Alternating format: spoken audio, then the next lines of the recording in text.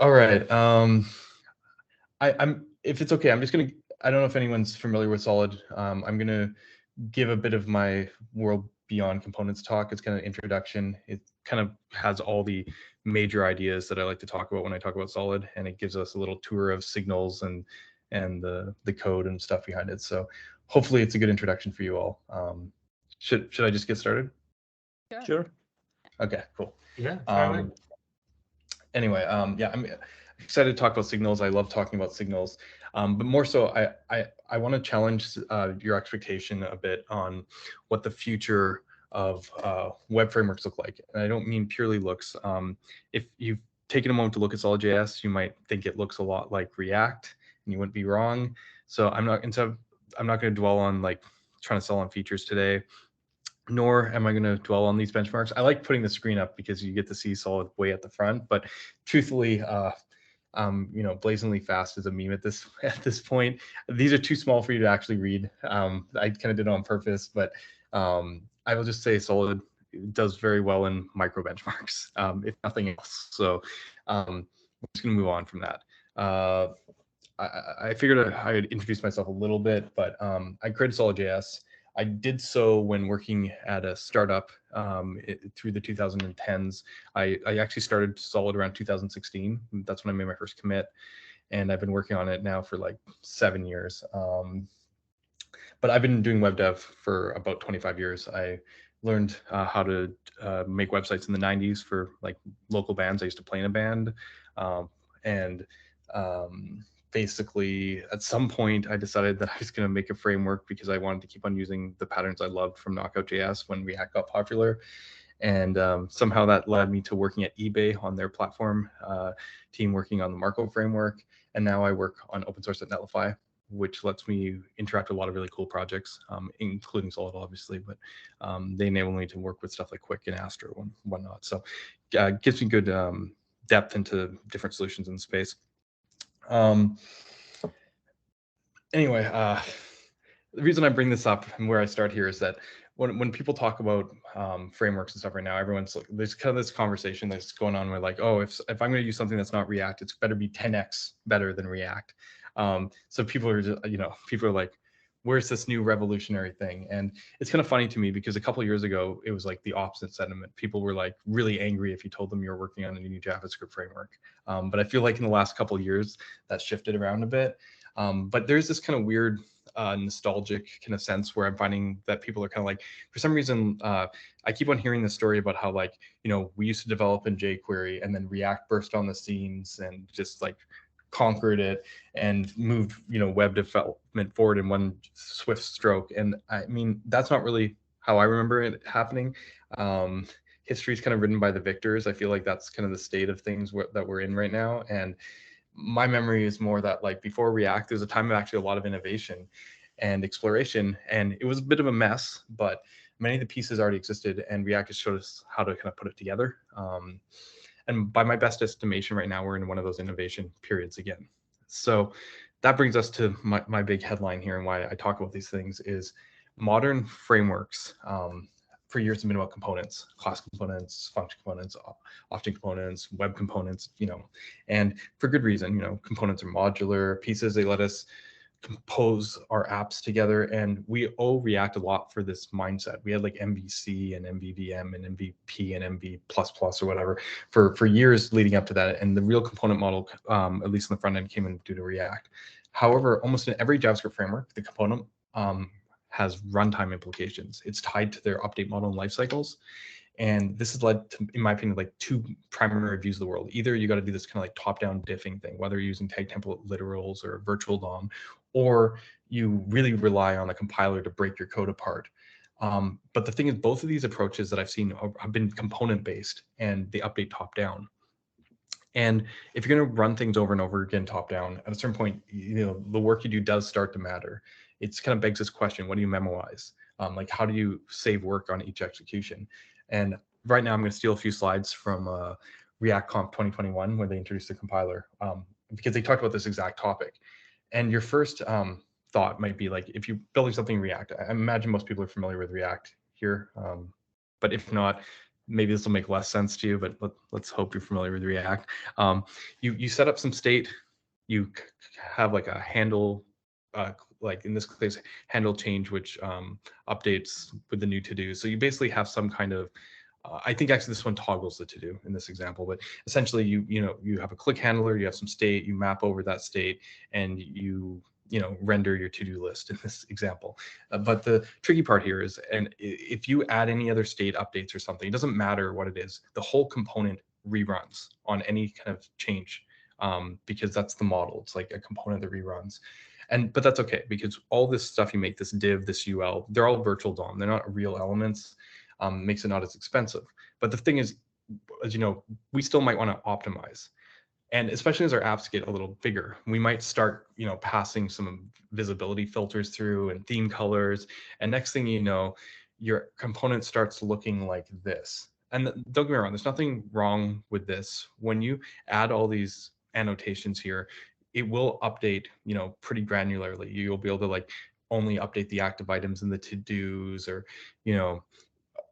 change the things that update. But in order to get to this point, you had to, if you look at the React memo at the top, we had a dependency arrays, use callback, use memo. There's a lot going on here to make the application work the way we want. And it's kind of a departure from where we started. Like here, we're just like, oh, here's some state, map over it. Suddenly we get this. And this puts a lot of onus on the developer. So, I mean, what else can we do? I love this meme. This was the whole React versus Svelte meme from a couple years ago. Some people definitely felt a little dependency rate envy when they were looking at Svelte, because like, wouldn't it be better if we could just write less code and just express our intent? I'm gonna try and remember this for later if you can. We'll get back to it, but compilation is a double-edged sword, I'll say, at least. But what's fun is you can take code like that let count and have a compiler write all this stuff for you. I'm not suggesting you'd ever write all this code. I just want to just put out there that you could write something very simple, and then a compiler could kind of take that intent and turn it into something optimized. In this case, this is from that same React talk where they were doing this kind of memoized compiler. And if you see, like, roughly in this code, there's a bunch of this memo cache thing where they're just kind of like making a cache of all the values, and on each run they check against it at a very granular level, and they're picturing some compiler output in. And to be fair, this is not that much unlike what Svelte generates when you like think about what a Svelte component does, because there's this common ground where like a user and event updates state, we mark the component as dirty, and then we rerun it. We check against some memoized values like this to reduce work. But it doesn't really matter if the original code called set state or did an assignment and then like a compiler transformed it. It's all really the same sort of thing. And the reason that I'm here today to talk about signals and solid and stuff is like, what if we just didn't do any of this? What if we only ran what was needed to be run? We didn't rely heavily on compilation. What if the boundaries of our components didn't dictate the performance of our web applications? And I'm going to go back to the beginning to do this. Just humor me here as I go through this. But essentially, the idea is like, at a certain point, you learn the program. You decide like you had some state, like you realized you can set a friend's name and you can log it to the console. And then later on you realize, well, hey, I can change that, update it, and then log it again. And most developers very early on start thinking, okay, well, this is, I hate typing, so I'm going to refactor this or something, and then you kind of, make it more dry. But this is kind of the standard programming model where you kind of extract out common behavior, but you still have the scenario here where you're setting a value, you're doing something with it, set another value, do something with it. And at a certain point, you got to ask yourself, what if I always want to greet my friend whenever I change the name? And that's where I get to bring in my very favorite subject, which is reactive programming, which is at the heart pretty much of every UI framework in some form, because you want the user interface to stay in sync. The way I like to think this is a system of live equations, like spreadsheet. See, in a normal assignment represents a moment in time, right? Like A equals the sum of B plus C. At some point later, you update B or C, and then you have to assign A again if you want that update. But wouldn't it be cool if instead A always reflected the sum of B or C? And in that case, whenever B or C changed, A immediately reflected that change. That's basically, by my definition, all reactive programming is. Basically these rules that hold through time. And fine-grained reactive programming is something that I talk about a lot, which is this idea of using 3 simple primitives to describe the reactive system. Basically, there are signals, which are atomic state. There's derived state, which are called computeds in some frameworks, or memos. And then finally, there's effects, which is how we affect our world, which is the impure side effects. And I mean, this is really something that in framework level we really like, because there's not like a ton of say like operators to do this. It's really fairly simple setup, and it's declarative, right? We can set relationships once and then they're executed. We can describe behavior rather than implementation. And then finally, it's composable, right? We have this ability to like wrap this up, create higher level primitives by wrapping other primitives. So yeah, I'm obviously a big fan. That's why I'm here to talk about it today. But there's a reason why we're seeing signals show up all over the place in frameworks. And the first thing, again, I hope people know React, because I'm going to keep on referencing React in this thing, because it's the elephant in the room, so to speak. Is that like people are like, yeah, so it's like React hooks. Well, not really. From a language perspective, you might consider it similar to hooks, and spells like lets and $, but both of those are tied to components. And the truth matter is that these kind of signal composition patterns existed long before, back research, in academia in the 1970s, and actually in JavaScript frameworks like Knockout.js, a decade ago.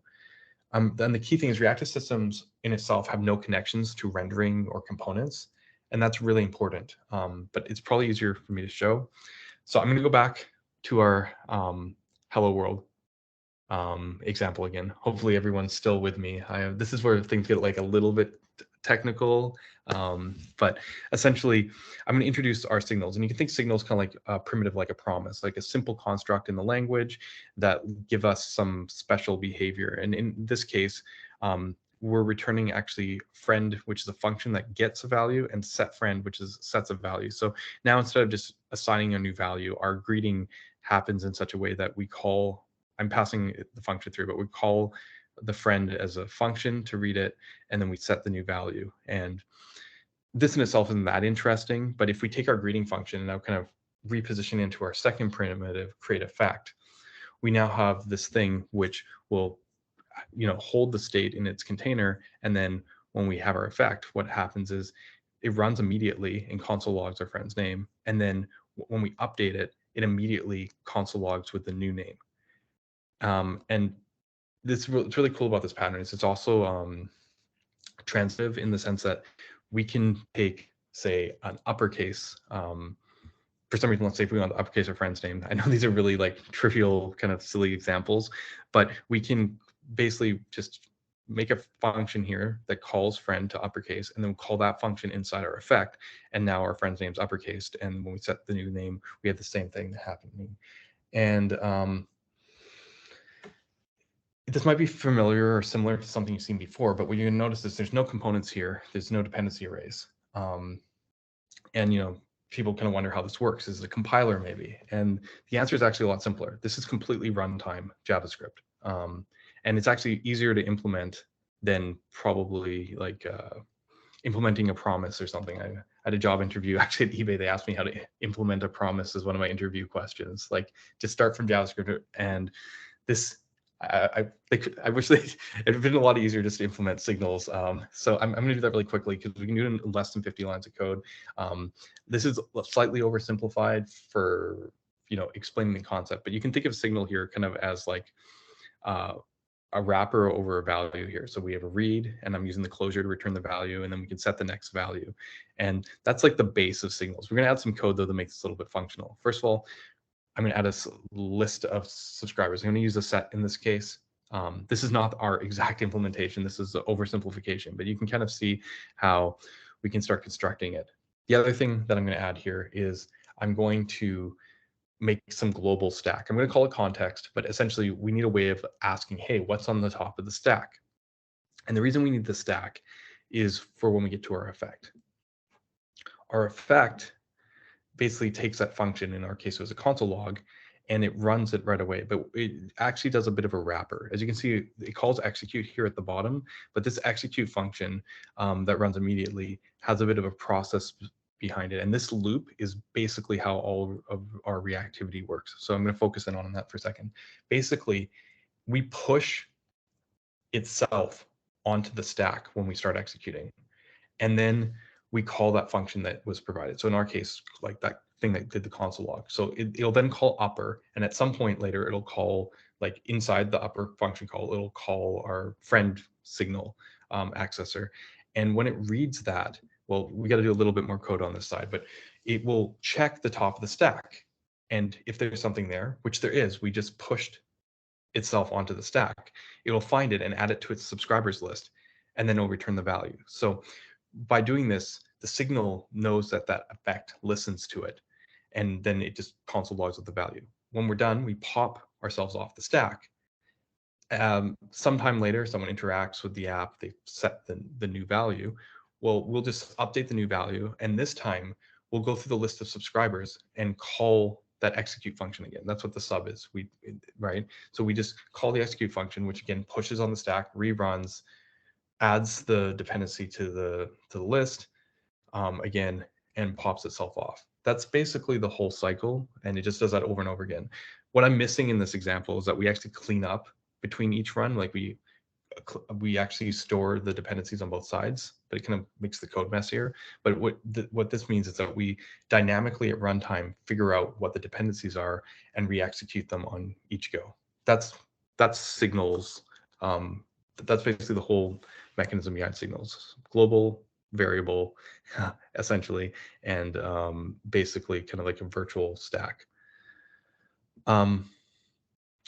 Once we get there, we can do lots of cool stuff. We can build other primitives on top of it. We can make derived state, which can do expensive values, which is create memo.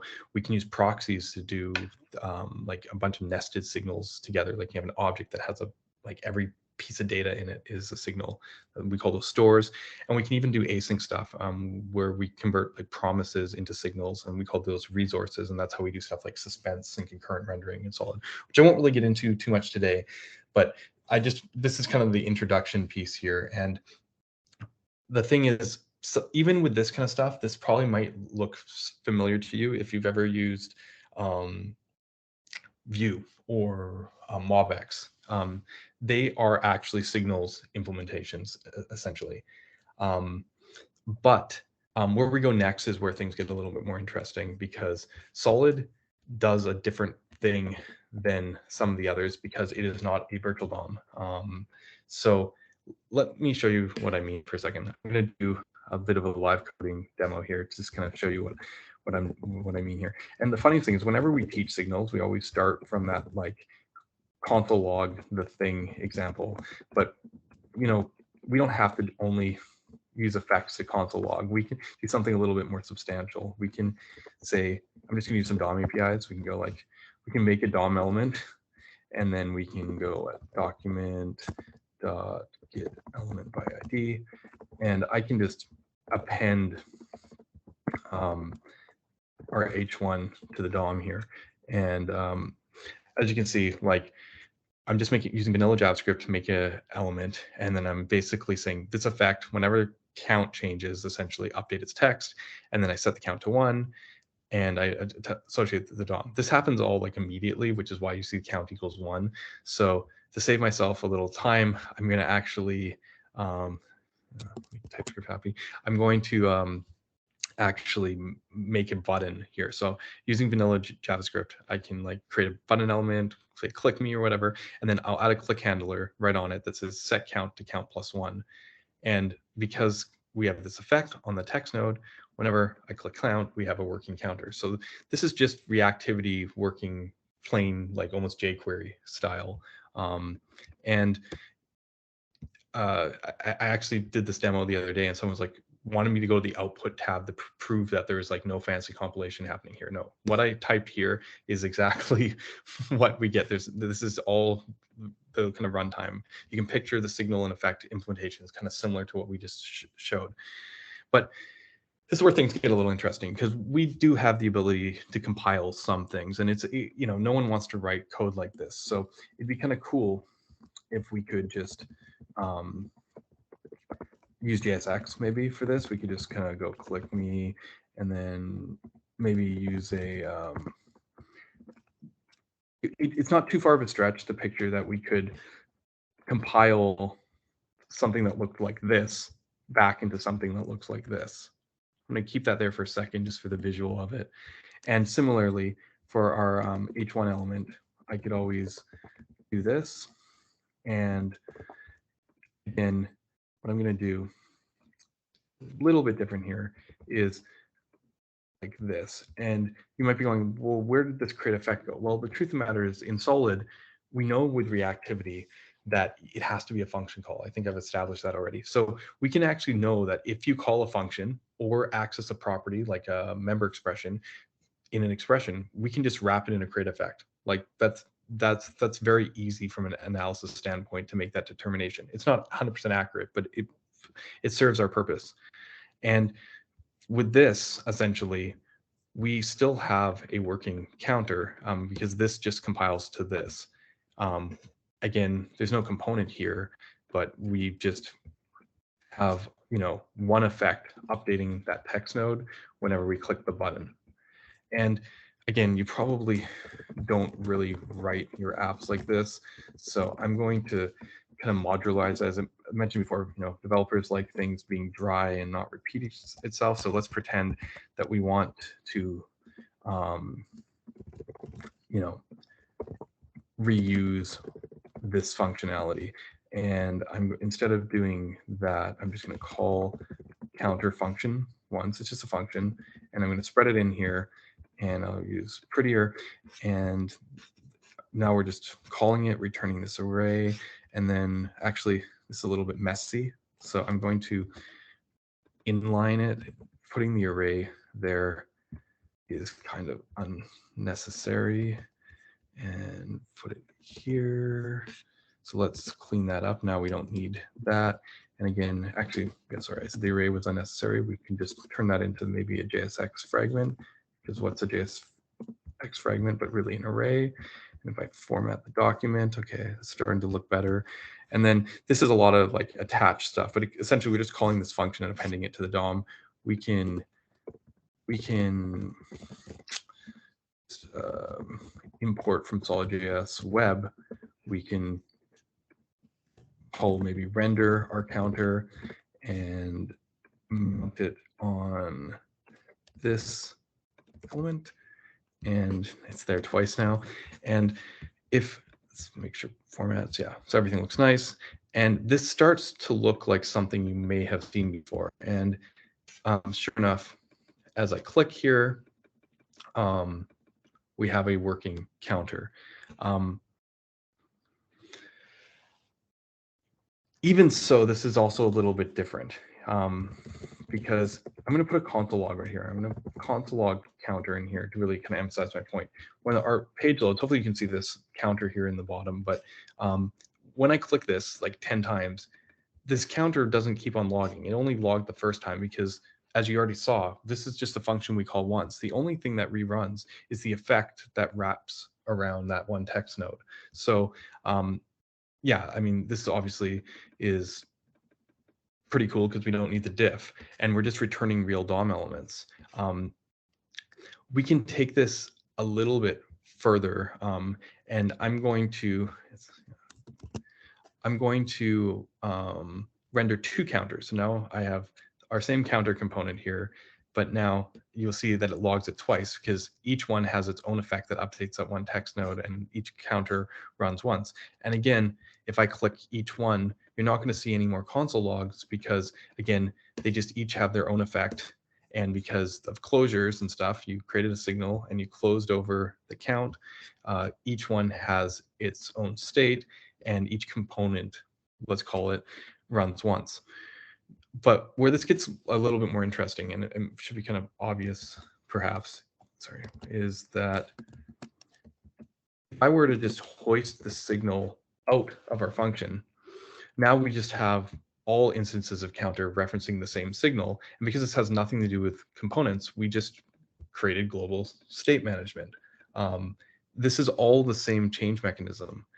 And while I don't recommend doing this because it can mess very quickly if you just started putting global like singletons everywhere throughout your app, this is an important distinction to understand, because I'm going to make one more last example on this counter example. We can now pretend that we have some shared state that's higher up in the tree, and we can have children, two child counters, and one will increment by one will increment by two, one will show the count, and one will show the count times two.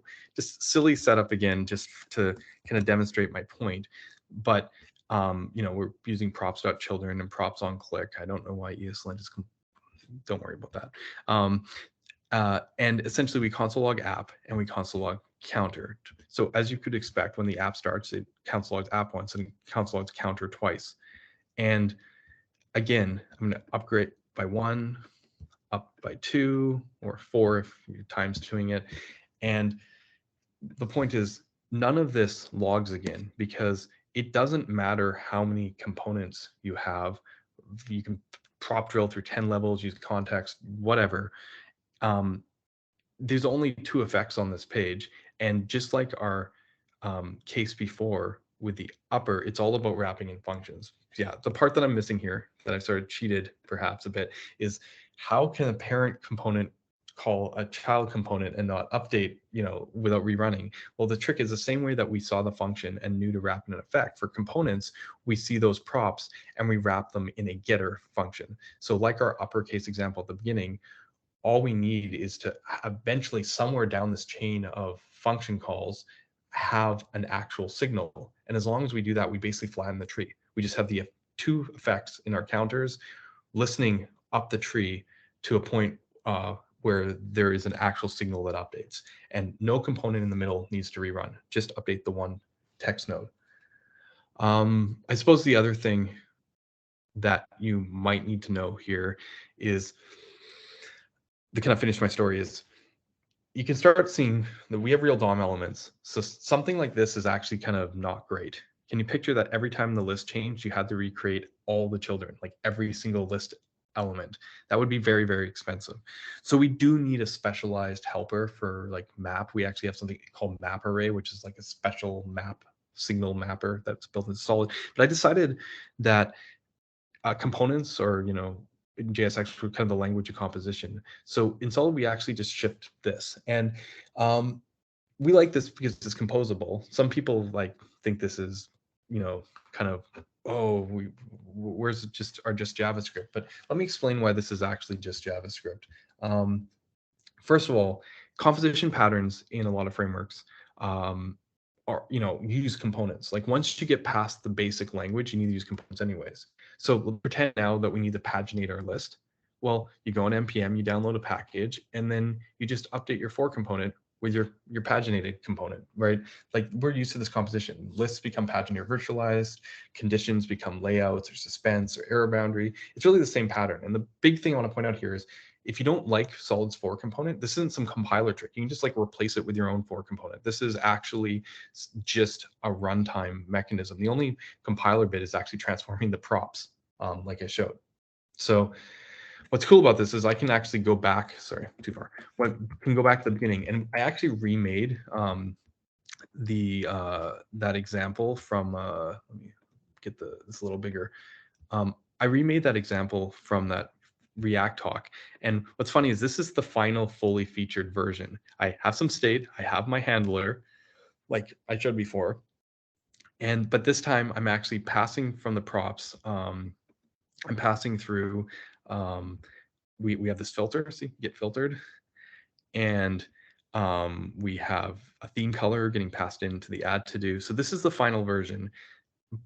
And what I'm going to show you here is, okay, we initialized the filter, because what I did was inside that get filter call, I forget where it is, it's probably somewhere down here, I put a console log, like top line of that function, okay? And I went inside the to-dos and literally console logged inside the JSX. It's actually really hard to show what updated because our components don't rerun, but you kind of get the point here. If I check this, you'll see that we'll get a log where this updates.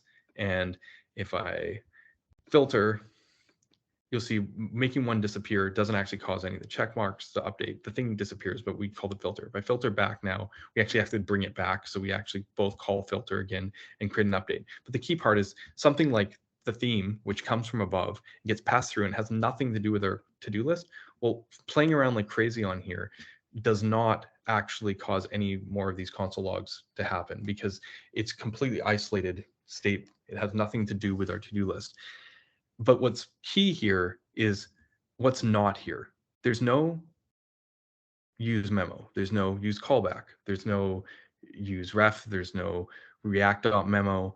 There's no dependency arrays. There's none of it.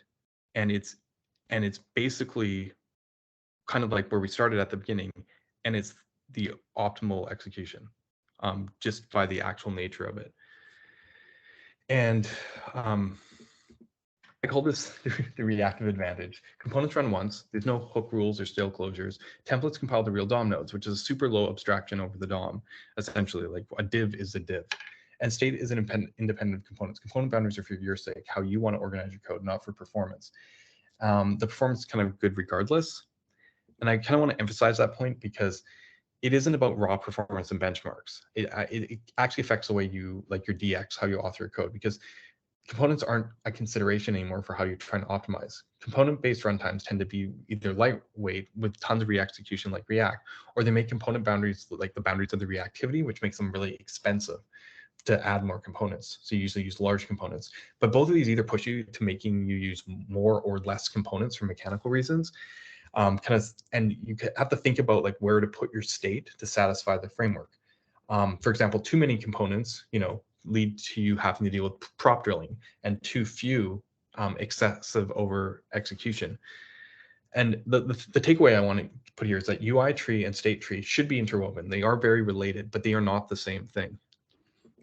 So to kind of summarize, go back to my local state, global state example. Again, I'm not telling you to use global state this way, but there's a kind of parallel here. And the reason I'm bringing this up, though, is because if you remember our compiler from earlier, if you aren't careful, you no longer have the language to represent certain ideas. If your whole world is a component, then how do you represent what lies outside of it? Like, there are solutions to this problem, but a perfect example, if you've used something Svelte, is they actually introduce a second reactive system to handle global state and stuff, because their dollar signs only work inside their components, and then they have to have stores. They have no world outside of the components, and we have to be careful when we think about how we handle our compilation.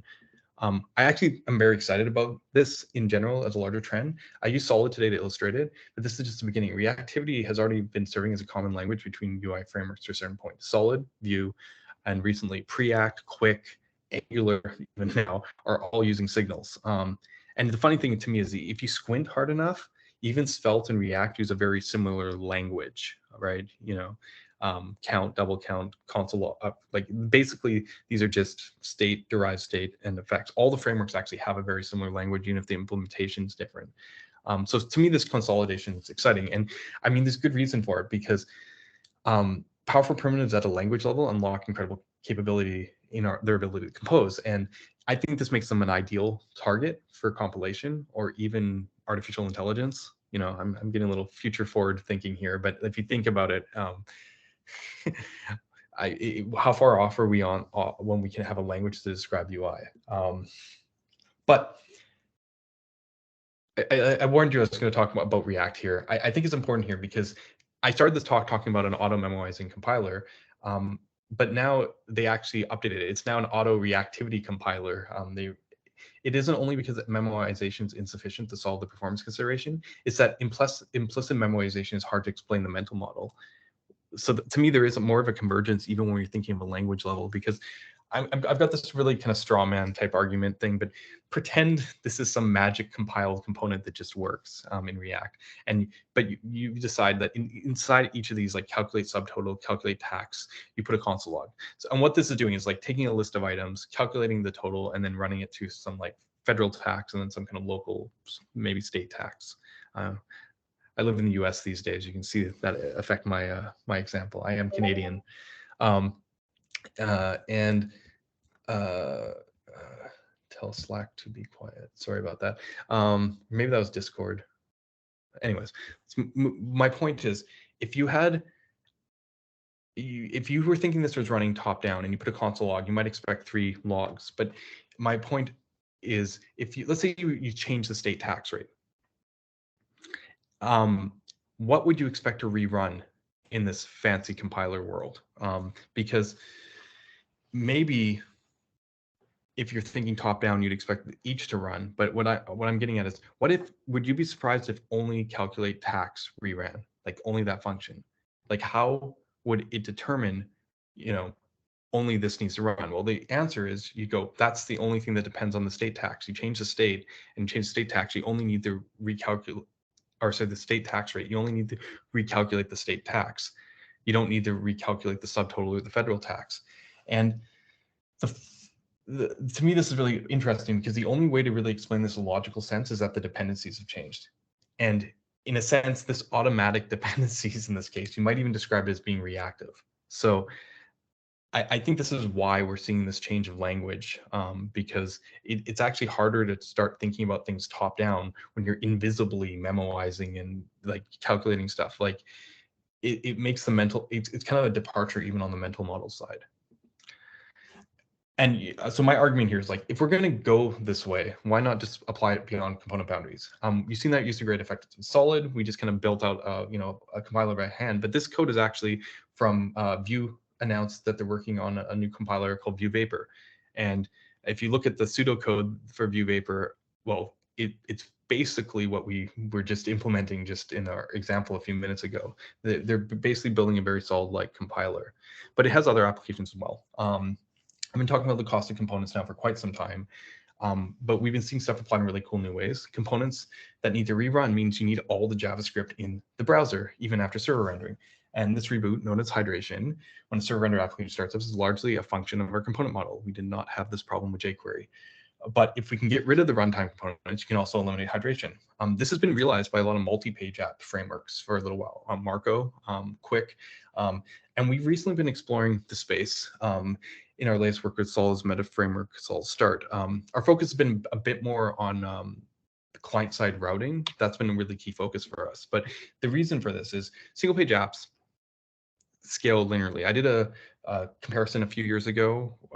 Evan, you originally did this thing where you where you compared Svelte and Vue component sizes by doing like a bunch. He basically made in Vite a to-do MVC, and then he extracted the runtime for the library and the component size, and then just multiplied the component sizes to see like scale factor and see when components intersected. And obviously his point was to show that Svelte, this blue line, started at the bottom and got to the largest by the end. But if you even ignore the weird outlier of Svelte, most modern front-end frameworks have about the same slope. It doesn't matter what you do. Even if you start really small like Solid and Preact, like right at the bottom here, and still end up in a pretty low area, the slope is basically somewhat fixed. So what I've been looking at a lot with Solid Start was like, what if we could do the same thing of these like multi-page app frameworks like Quick and Marco, and then apply client-side routing. So that's actually been my latest little thing in my last demo. I'm very happy for the Chrome team to encourage us all to make this Taste Movies app, because it's given me a great opportunity to compare different solutions, right? You can go in here and you can literally see all of the apps. In fact, it's funny, I've seen the next one. That one's a different design, but I actually haven't seen the next 13 demo here. I'm actually kind of curious that if you know what, we're gonna do this live right now. I'm just curious how much JavaScript, 196 kilobytes on that initial page load, and then when I like click into a specific movie, 197. So they actually don't load much more because they're using something called server components, which reduces the size. But okay, so for our comparison, 197 kilobytes. We'll keep that in our head for later. But I'm going to go in the Solid Movie app, and as you see, this is a client-side experience. Even though our affordance here is very similar to the browser, we based ours actually on the Nuxt version. I think there's the Nuxt version. Where is it? Nuxt. Oh no, I went the wrong. I clicked the wrong link. Demo. Like you can see it's a Nux version. Okay. We, it's got client-side routing. It's got a search functionality where you can, there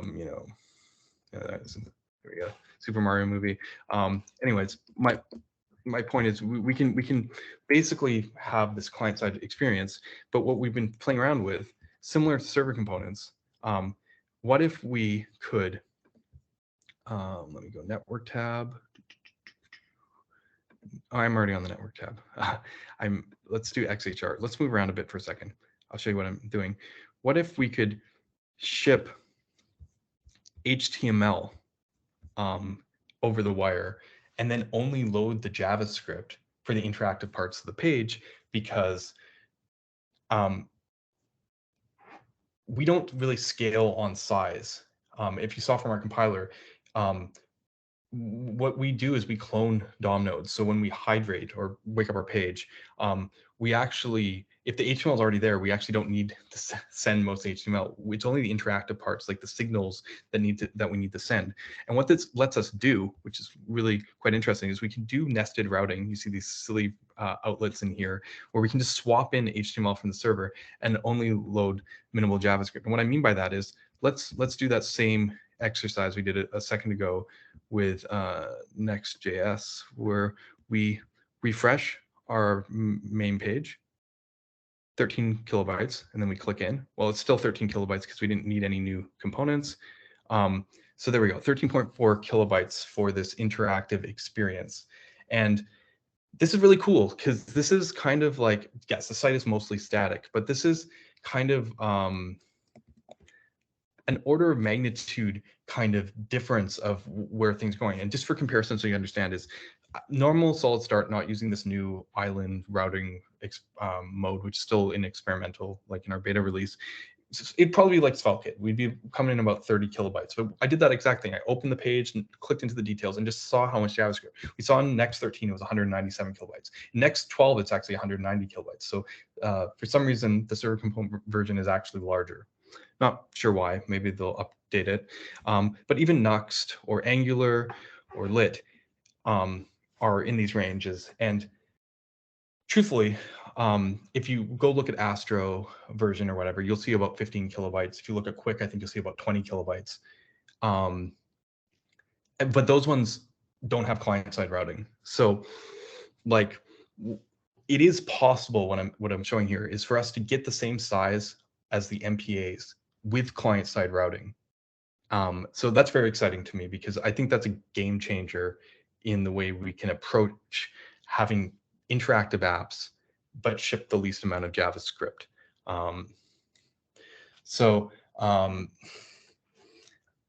But honestly, I got it. Like, let's see how we're doing on time. Okay, it's more than just sending JavaScript to the browser. It's a new trend that we're seeing towards monolithic authoring and distributed deployment to leverage how you can distribute compute, maybe between the edge close to users, regional data centers close to the databases, or even build time. So we need new tools and new ways to break code apart. So, how about service workers or web workers or expensive compute that has dedicated GPUs? This automation of infrastructure as an extension of monolithic application authoring is on the near horizon, and we keep seeing the same concern about how to break code smaller and communicate between those pieces, right? You see the common pattern here. This is why I'm very much on the signals thing. I mean, I can go on for days. I love this example. How about visualizing your component tree with the dev tools? Like, trace how the data flows through your application. So you can see the component tree, and then you can update some state, and then you can see in what other components that state updates. So you can track through your whole app. This is an example from Solid's dev tools. Very, very cool kind of space to start exploring. Anyway, so it's not about virtual DOM or not. It's not about diffing or not. We can embed a virtual DOM inside a reactive system if we want. You can do concurrent rendering without a virtual DOM. It's about recognizing that our change model, while very much entwined with our UI representation, is not the same thing. For this reason, the conversation around the world beyond components starts with reactivity, system of change to itself. Reactivity is everywhere in JavaScript frameworks, from state management to compilation. But I feel like we can only leverage it best if we fully embrace its declarative world. So maybe this, crazy revolution everyone's looking for is not on the cards, but we're definitely having a bit of a reactive renaissance right now. But yeah, who knows? What new worlds are only one step away. Anyway, that's kind of the talk. got a few minutes at least for questions here. I'd love to dig into anything. I've talked a little longer than I was intending to, but hopefully it's all good. No, it was great. Thanks, Ryan. Awesome. Thank you very much. We usually use these reactions of teams, which you might not be familiar with because teams. But yeah, I think good examples to understand it. I was just curious about the streaming concept of the one that Quick implements. The out of order streaming. Do they have out of order streaming yet? Yeah, I mean, yeah, I actually. Yeah, my understanding. Okay, yeah, Quick actually doesn't have out of order streaming yet, but they kind of stream their JavaScript is the best way to put it, because they like incrementally load the JavaScript piece by piece. Out of order streaming in Solid is actually kind of funny. I did a whole talk on it today at JS Nation, and what I was going to say about that is, let me see. Actually, I might actually just have. If I go to Stack Blitz, it might be the latest thing. The coolest.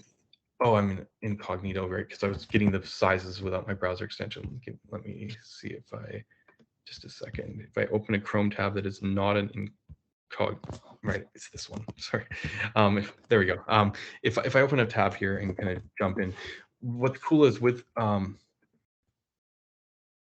I just can't win. There we go. Apparently, why did it fork my own repo? Okay, doesn't matter.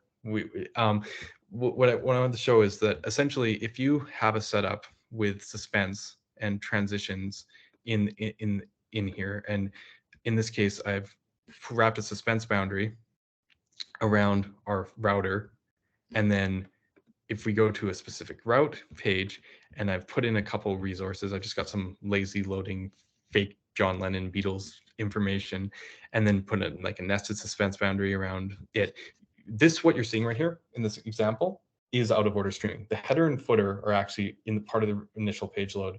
And then what you're seeing is John Lennon coming in first, and then the details coming in afterwards. And what that means is, if I go here and go to the doc and reload the page, what you're going to see in the returned HTML is, some CSS or whatever that's getting inline, but essentially the body, and ignore these long hydration keys for a second, but essentially there's header, there is the main, which you see actually has our loading indicator, and then the footer, and then some script tags and stuff. But then the body and HTML tag actually close right here. And then afterwards, you see the template coming in with John Lennon and loading posts, and then the script tag that hydrates that, and then this script that gets inline that actually moves the stuff from the bottom into place. That's what this JavaScript here is doing.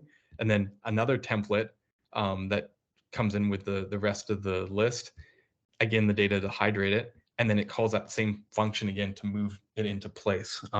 So yeah, it's really awesome that the exact same mechanism we'd use in client-side navigation of suspense and transitions and move between pages and client rendering actually works almost identical in the streaming case, where essentially you have a very similar feeling. But what's really cool about this, and this is my last little thing on this example, is we can say defer stream on any particular resource and say, actually wait for it. So if I do that, it's actually not going to start streaming until John Lennon is there. So if you look, it now waits to stream before the first data is loaded, and then but then it starts flushing, and then the rest of the data loads later. And this is really cool because it feels like you have that quick shell the same way that like client-side rendering works. But the difference is the data fetching starts on the initial request of the server instead of waiting for the page to load, fetch the JavaScript, then run it, and then fetch on the server. You save like 3 waterfalls before it happens. So yeah, very out of order streaming is very, very cool. Yeah. Okay. I think some of our engineers also had some questions for you. Okay. Let's see. Anyone? Yeah. Okay, Kate, go ahead. You'd have to unmute yourself, Kate. Yeah, sorry. Hey, Ryan, thank you very much for your presentation. It was really interesting. And I've heard lots of really nice things about SolidJS. But I wonder, do you have anything you don't like about SolidJS?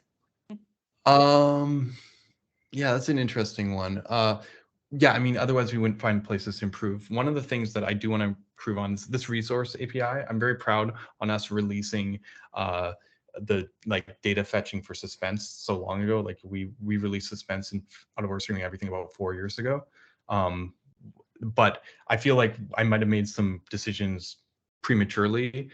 So going to Solid 2.0, we're really working on async, and I want to bring it into the actual reactivity model. Like if you notice in my little silly example here, I actually have like a not the null coalescing, the other one, the optional chaining operator. It's because we want our suspense to be non-blocking because we don't want to redo work because we use real DOM nodes. But right now it means that everyone has to null check all the stuff there. And I feel like this kind of level of stuff can be avoided with a smarter reactive system that can handle it. I think my biggest gripe right now is just really small details around TypeScript. I've been learning how to make TypeScript work for us, but TypeScript does not like treating a function as a variable or as an identity. So like we have show components and it works fine with like our component stuff. But if you do like a ternary operator and go like, user function question mark, user function dot something, it'll go, well, you're calling it again. It doesn't know that that it's already resolved. The funniest thing is property getters like on objects or proxies actually works fine. Like some frameworks use dot value, but it's like it's really annoying because those are also lying because you could literally put anything inside a property getter and not return the same value. And I like functions because one of the key things that with Solid is you don't have to use like create memo or computeds and stuff. Any function could be reactive. So if you take a reactive signal and wrap it in another function or another function, everything we've kind of built here is designed so that you pass conceptually values to components, like you call the function, you don't pass the signals through. It gives us kind of a locality feel, even though we are actually extending it through the whole system.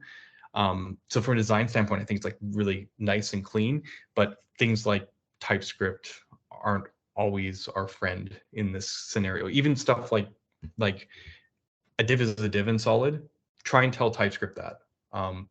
That all being said, because we use JSX and because we use like a lot of just JavaScript stuff, like the 80% TypeScript story is actually really strong, much better than when you have template DSLs. Like they had to do a lot of work to get Vue and Svelte to where they are. We got that almost all for free.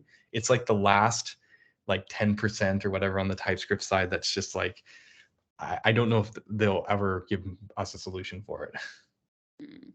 Yeah, okay. Thank you very much. It's yeah, thank you for honesty. It's really important to know something like that from someone who is basically under the hood of the whole library. So thank you very much for your answer. Yeah, Ryan, do you have a hard stop at 4, or you can take one more I question? can, let me do one more question. Yeah. Cool. Sebastian, go ahead. Or if no one has more questions, I don't know. Because I have maybe only one question, because we are mainly in the React ecosystem, right? And to me, like the solid mental model makes much more sense. Like it's way easier to understand. And what do you think, or are you like satisfied with the adoption rate of Solid, or like, because what's the advantage of React? Is it like the push by Vercel that they push the Next.js ecosystem so much, but why is React still adopted so much? And what do you think is like the future of Solid? Is it adopted enough? And what's your opinion there? Yeah, no, that's a great question. Yeah, it's tricky. Honestly, it's kind of like the jQuery phenomenon. React is so big and that there's so many people invested in it just from the ecosystem perspective. And I don't mean libraries. People are always like, oh, what about libraries? Component like libraries and ecosystem. I'm not actually worried about that. We have great component libraries. We have new maintainers every day getting involved in the project. It's more of that like teaching, training, courses, like the whole infrastructure around people and organization is so huge. Like there's not much you can actually like reasonably do. Like this is not on, like we can continue to grow and still not even dent that a little bit. I can see how a lot of people who use React might even think that React works like Solid until they the first time they use ref or have use effects in the same component and suddenly realize like this. I think this is the reason why people hit so hard on use effect. I don't have a problem with use effect, but I think that was the first moment that people realized React is not what they think it is. Yeah. But even knowing that doesn't change the fact that like there's so much investment here. It's like are we all going to move off Twitter and go to Blue Sky? Like, I mean, I have to be realistic here. There might be a platform that might be better in some meaningful way, but the challenge is that like people are already where they are, and that's why I was talking about the 10x revolution. This is something I've noticed. Like, even if let's pretend Solid improves on React in every possible way by just small percentages, like every piece is just a little bit better. Like, is that going to be enough of a shocker value? It's kind of interesting that frameworks like Svelte sometimes have a certain advantage because they're like, look, we do things very different. Look at our compiler. But on the other hand, because they're so different, there's always going to be a group of people that have a different philosophical alignment and don't kind of go for that. I feel like with Solid, we actually appeal to React developers quite a bit. We value the same sort of things, other than from a pure design standpoint, we've attacked the problem from the opposite side. So to answer your question, adoption has been growing decently for us the last year. It took a while. We released Solid 1.0 in 2021. That whole year was like a flat line on adoption. You'd be like, did you release run load print thing? But something weird happened,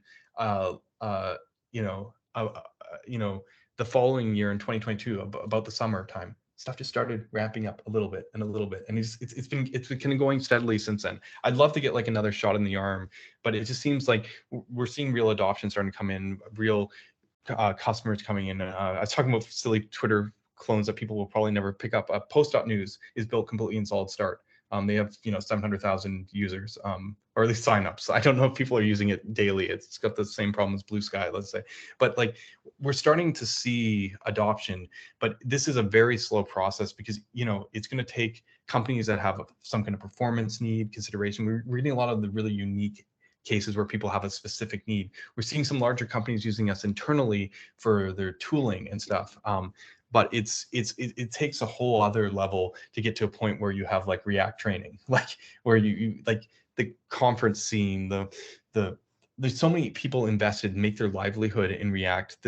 React is not going away. So all we can do is hope that people are excited about the potential here of that future and start investing in it, because otherwise it's chicken and the egg problem. Like, everyone will sit there and be like, yeah, when Solid gets more adoption, I'll use it.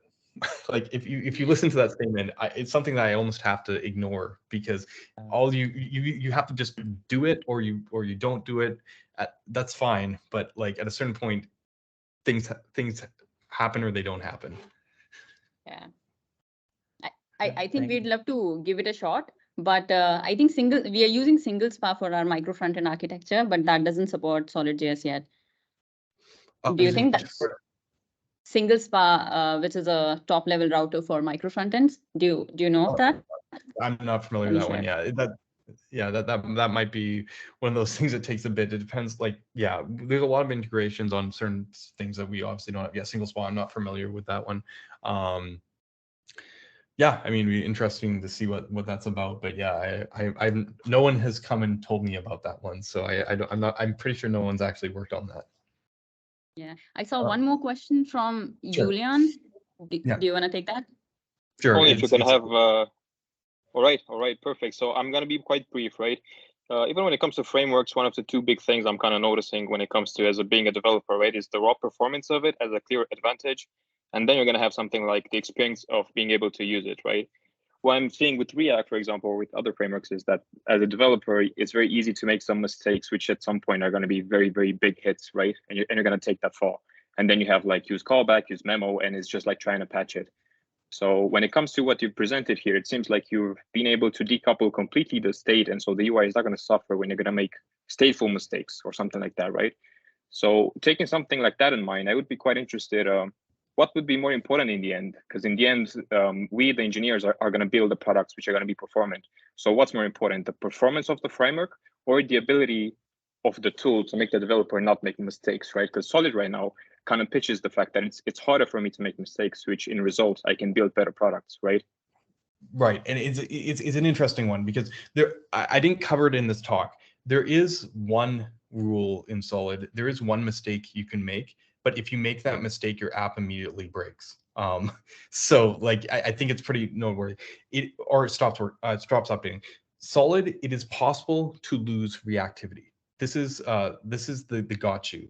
Like if you everything's based on access. So if somewhere you access a value out in the open and not wrapped in a function, you know, like, or in JSX, if you just like randomly access the value and assign it to a variable somewhere and use it somewhere, it's not going to track inside that effect inside that text node. Prop destructuring, this is the most common one people have grown about. If you think about the way we do getters for props, if you destructure props in your component, they stop updating. So this is the one trade-off. It manifests in a different way. The thing that I like about this is if you break your app, you usually know immediately and you fix it. It's not like this case where you like do a bunch of stuff wrong and then later realize, oh, now I need to fix the performance. Okay, how many times is component re-rendering? 15 times. Okay, let's start working down and see, okay, I got it down to 11. Like that's not the process here. The process is usually you take a bit more on the upfront cost, because like if something doesn't work, then it doesn't work. We've been working on tooling side. I showed the ESLint in the playground, like when we were kind of looking at these examples. Like if I kind of go out here and go const user ID equals props dot user ID, ESLint's going to complain at me. It's going to go, look, the reactive variable props ID should be used within inside JSS, a track scope like a create effect or inside an event handler, or else changes will be ignored. We've been working on tooling to show people and even yell at them when they lose reactivity. This is the one thing that I didn't cover in the talk, which is our gotcha, so to speak. But I think as long as you can avoid this and we have tooling to support that, then you're not going to slip into weird performance things, because all the states decoupled, as you said, it's isolated. Even if one part of your app starts getting slow because you're doing a bunch of weird computations, it's not going to affect other non-related things. And I think this is really important for when you scale things up. You don't have to, it lets you isolate problems. Things like time slicing or whatever, React, like trying to make the whole system kind of synchronize like that, it starts becoming less important because you can just focus on the specific areas that are problematic, because it's all kind of independent. Does that make sense? Yeah, sure. Thanks. Thank you. Okay. All right. I guess I should be going. Hopefully everybody got something from this presentation. Thank you for setting this up and giving me a chance to talk. Yeah, no, Awesome. thanks for doing this, Ryan. I'm happy you agreed to do this because a lot of engineers were really interested. You also mentioned some repos that you're looking for open source contribution to. Feel free to share if you have something that you want any of the engineers to work on. I think all of us keep looking for side gigs, so would be good to contribute. I mostly tell people to come to our Discord. Honestly, our biggest effort right now is docs. And the tricky part with docs is to actually get into docs. You probably need to just like use the framework and play with it. So that's honestly like the best way to get started, is just go in. We have our docs on the website, but we also have docs.solidjs.com, which is our new experimental docs. They're much better. Like I wrote the original docs. You can tell that I wrote the original docs. They're not great. They're like a little scientific. The new docs have like beginner guides and all that stuff. I think learning the framework from the new docs or whatever is just a great way of like starting. Our docs is seriously our biggest weakness right now. And a few years ago, people told us like, yeah, your docs are great. I mean, it's the level of the project which determines that. I think our docs could use a lot of love, but that's just the expectation of where frameworks are today. Okay, thank you very much. I would let you, be because you wanted to do a hard stop at 4. But yeah, thank you very much. It's all fine. I'm sneaking back to a roundtable session at JS Nation here. That was supposed to start at 4, but I'm like 2 minutes away. So it's all good. There's other speakers in there. I don't really care. It's about using something other than JavaScript on the back end, which is a topic I obviously have an opinion about. But I don't really care that much. Anyway, so I was very happy to answer all your guys' questions. Thank you very much for having me.